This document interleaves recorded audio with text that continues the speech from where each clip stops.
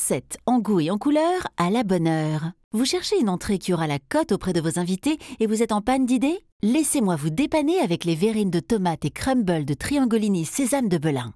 Pour 4 personnes, pas besoin de manuel. Ce sauvetage culinaire à se pâmer ne vous prendra que 15 minutes de préparation, 15 minutes de cuisson et 2 heures de repos.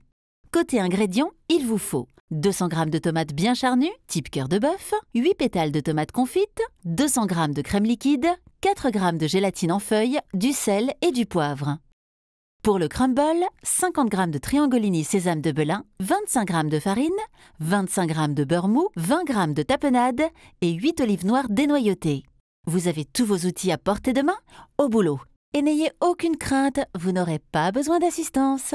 Mixez 100 g de tomates avec 6 pétales de tomates confites, 150 g de crème liquide, du sel et du poivre jusqu'à obtention d'une texture bien lisse.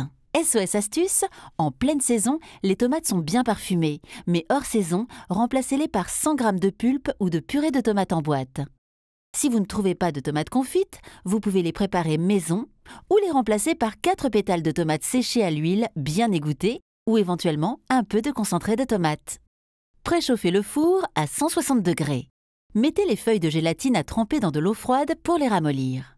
Faites chauffer les 50 g de crème restants et hors du feu, faites-y fondre la gélatine bien égouttée et pressée entre les doigts. Rajoutez ce mélange dans la préparation à la tomate, mixez 2 secondes pour mélanger, puis versez la préparation dans 4 verrines. Gardez au frais pendant 2 heures au moins, le temps que la crème prenne. Passons sans mollir à la préparation du crumble. Mélangez le beurre mou et la tapenade. Ajoutez la farine, les olives coupées en petits morceaux et les Triangolini Sésame de Belin grossièrement concassés. Mélangez et répartissez ce mélange sur une plaque recouverte d'un papier cuisson. Faites cuire pendant 15 minutes, toujours à 160 degrés, puis laissez refroidir hors du four. Découpez la tomate et les 2 pétales de tomates confites restants en petits cubes.